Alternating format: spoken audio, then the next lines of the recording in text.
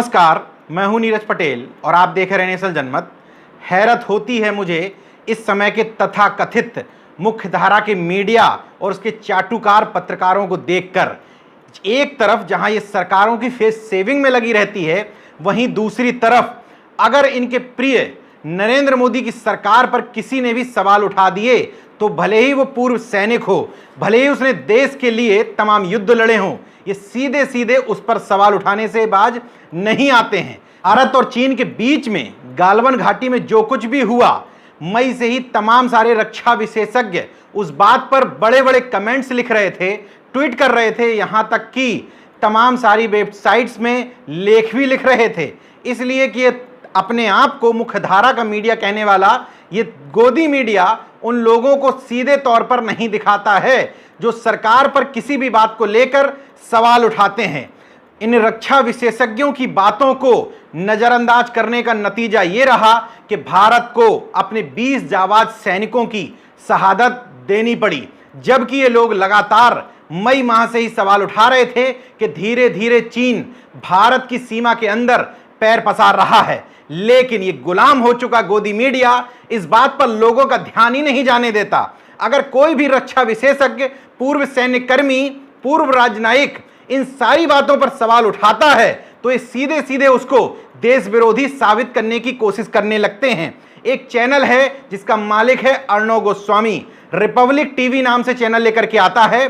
Bharatiya Janata party का अघोषित प्रवक्ता है जो एक पत्रकार की खाल ओढ़े हुए है। इसी के चैनल में एक व्यक्ति काम करता है, गौरव आर्या। वो अपने आप को रिटायर्ड मेजर बताता है, जबकि छानबीन में बात निकलती है कि केवल 5 साल की नौकरी की है उसने सेना में। उसी में ही वो बड़े बड़े रिटायर्ड सैन्य कर्मियों को सीधे सीधे गाली के लहजे में बात कर रहा है, क्योंकि वो लोग नरेंद्र मोदी की नीतियों पर सवाल उठा रहे हैं। इसी रिपब्लिक टीवी की डिबेट पर सवाल उठाते हुए ब्रिगेडियर संदीप थापर ने एक ट्वीट किया।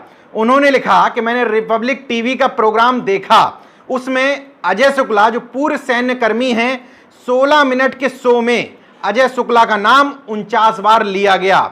यही नहीं, लेफ्टिनेंट जनरल एच.एस. पनांग को भी जो 40 साल की सेवा कर चुके हैं, उनको भी इन लोगों ने नहीं बख्शा, जबकि 5 साल की नौकरी करने वाला व्यक्ति ये तेवर दिखा रहा है। इस बात का जवाब देते हुए गौरव आर्या ने जो शब्द लिखे, तमाम शब्दों के बीच में 2 लाइनें जो मेन उसने लिखी वो बता देता हूं। जब पब्लिक पकड़कर मारेगी तो रोने मत लगिएगा। बेहद अश्लील भाषा का इस्तेमाल करते हुए लिखता है, ट्राई टू एफ ...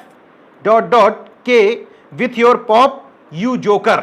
इन लोगों को जोकर लिख रहा है। उसकी बात का जवाब देते हुए ब्रिगेडियर थापर ने लिखा, तुमने बेहद कम यानी कि 5 साल की लिमिटेड सर्विस की है सेना में। मैंने 36 साल आर्मी में गुजारे हैं, जो तुम्हारी सर्विस से 7 गुना ज्यादा है। कृपया मुझे मत समझाओ, मेरा बेटा भी तुमसे दोगुनी सर्विस सेना में पूरी कर चुका है। सरकार और अर्णव गोस्वामी की गुलामी में खुद को मेजर लिखने वाला ये शख्स शब्दों की मर्यादा भी भूल गया, और ये भूल गया कि लेफ्टिनेंट जनरल एच.एस. पनांग पर जो सवाल उठा रहा है, उन्होंने 40 साल इंडियन आर्मी को दिए हैं। अजय शुक्ला पर जो सवाल उठा रहा है, उनको मौजूदा दौर का अच्छा रक्षा विशेषज्ञों में से, रक्षा पत्रकारों में से एक माना जाता है। कर्नल की पोस्ट से रिटायर्ड हुए हैं। इसके अलावा जिन ब्रिगेडियर संदीप थापर को ये सैंडी और सीधे सीधे थापर लिख करके संबोधित कर रहा है, उन्होंने 36 साल इंडियन आर्मी को दिए हैं। इस शख्स को और इन तमाम सारे गुलामों को, इन तमाम रक्षा विशेषज्ञों से, पूर्व सैनिकों से तकलीफ क्यों है, मैं इन सारे लोगों के बयान बता देता हूं। इन्होंने सीधे सीधे तौर पर सवाल उठाए कि प्रधानमंत्री नरेंद्र मोदी झूठ बोल रहे हैं, चीन भारत की सीमा में घुस करके आ गया है, खड़ा हो गया है, लेकिन लाल आंख करने वाले शख्स की हिम्मत नहीं पड़ रही है कि वो चाइना पर उंगली भी उठा सके। कर्नल की पोस्ट से रिटायर्ड हुए, वर्तमान में रक्षा विशेषज्ञ के तौर पर जाने जाने वाले अजय शुक्ला जी ने 1 जून को ही लिखा था, लद्दाख में चीन की पीएलए ने भारतीय सरहद के अंदर 60 वर्ग किलोमीटर क्षेत्र में कब्जा कर लिया है। ये वो इलाका है जहां भारतीय सैनिक अरसे से पेट्रोलिंग करते रहे थे। उन्होंने सरकारी प्रचार तंत्र पर अफसोस जाहिर किया कि अब फिंगर 4 को ही वास्तविक नियंत्रण रेखा कहा जा रहा है, जो दरअसल फिंगर 8 तक थी। इस संबंध में उन्होंने एक वेबसाइट में छपे लेख का हवाला दिया जो इस प्रचार को हवा दे रहा था। इसके अलावा उन्होंने इस बात पर भी हैरत जाहिर की कि कुछ लोग देश से ज्यादा मोदी को प्रेम करने लगे हैं। कर्नल अजय शुक्ला ने उस दिन भी सवाल उठाए जब प्रधानमंत्री नरेंद्र मोदी ने कहा कि हमारी सीमा में कोई घुसकर ही नहीं आया है। उस दिन उन्होंने लिखा था, क्या हमने नरेंद्र मोदी को आज टेलीविजन पर भारत चीन की सीमा रेखा को नए सिरे से खींचते हुए नहीं देखा? मोदी ने कहा कि भारत की सीमा में किसी ने घुसपैठ नहीं की। क्या उन्होंने चीन को गलवान नदी घाटी और पेंगोंग की फिंगर 4 से 8 तक की जगह सौंप दी है, जो दोनों LAC में हमारी ही यानी कि भारत की तरफ ही पड़ती हैं, और जहां अभी चीनी सेना बैठ गई है? मोदी यदि आज कहते हैं कि भारत की सीमा में किसी ने घुसपैठ नहीं की, तो फिर झगड़ा किस बात का है? क्यों सेना में संवाद हो रहा है?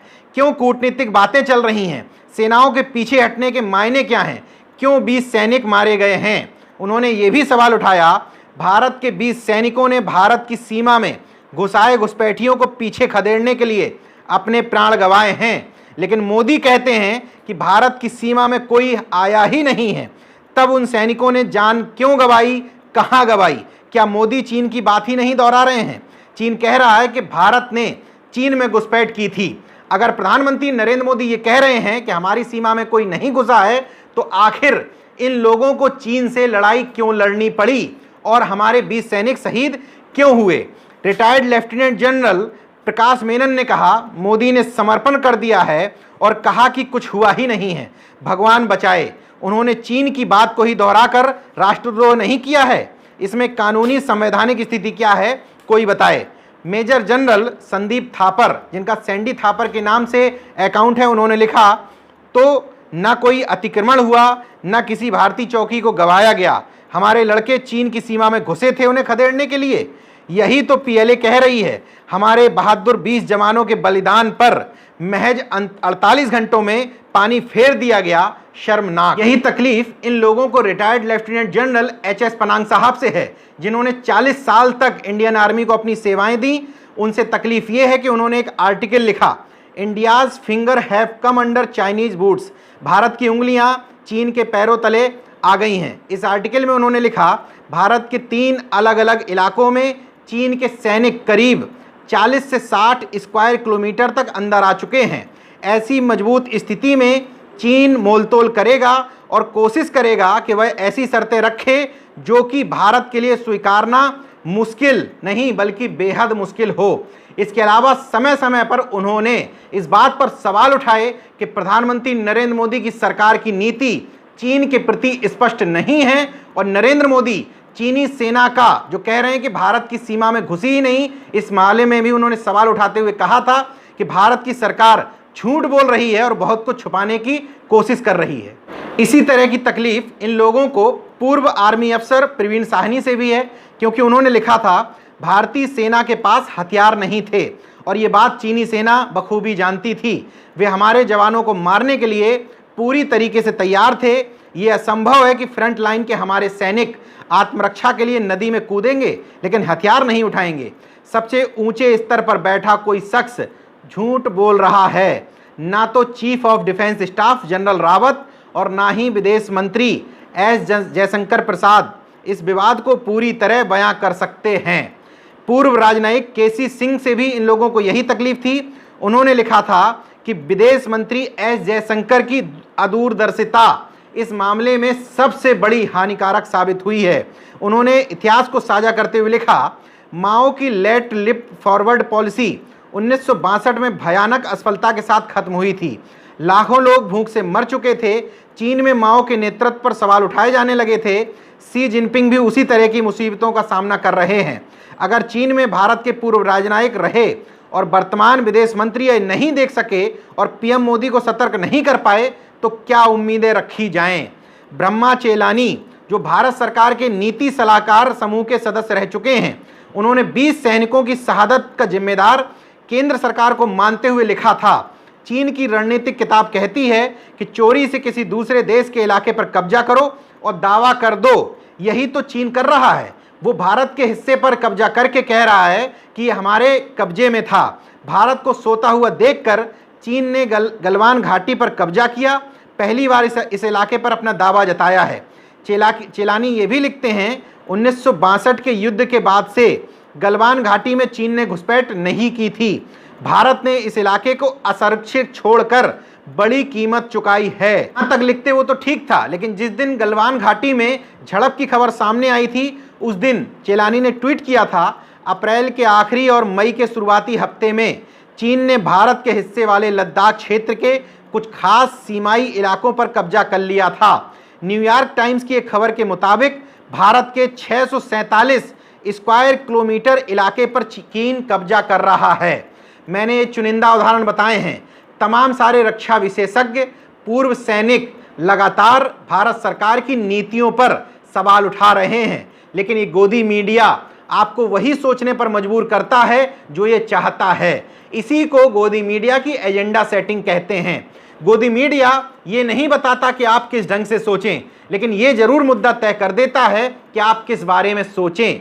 उसी तरह की डिबेट कराता है, उसी तरह के चमचों को, मूछे वाले अंकल को, ऐसे ऐसे रक्षा विशेषज्ञों को जो सीधे सीधे सरकार की गुलामी में बोलते हैं, ऐसे ऐसे सेना के पूर्व अधिकारियों को तमाम टेलीविजन पर बैठाला जाता है। लगता है कि सीधे अभी जाकर के ये पाकिस्तान या चीन पर आक्रमण कर देंगे, लेकिन इसके बदले में ये लोग चैनल से मोटी फीस लेकर के लौट जाते हैं, चैन की नींद सो जाते हैं। देश गर्त में जाए, सैनिक शहीद हो जाएं, इन लोगों को कोई लेना देना नहीं है। देशवासियों से मैं अपील करता हूं कि देश किसी भी इंसान, किसी भी नेता, किसी भी पार्टी से ऊपर नहीं हो सकता है।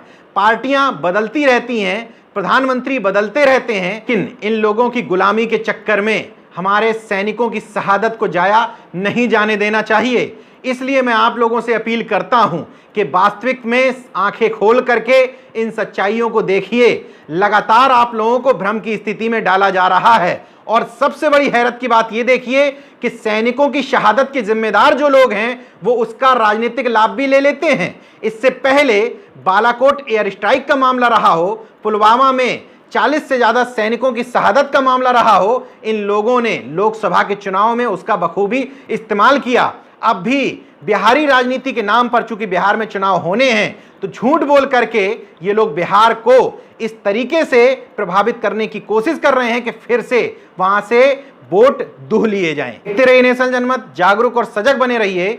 जय विज्ञान, जय संविधान, जय लोकतंत्र। धन्यवाद। तो अगर आपने मेरा YouTube चैनल सब्सक्राइब नहीं किया तो प्लीज़ सब्सक्राइब कर लें और उस बेल आइकन पर जरूर क्लिक करें, जिससे जो मेरे न्यू वीडियो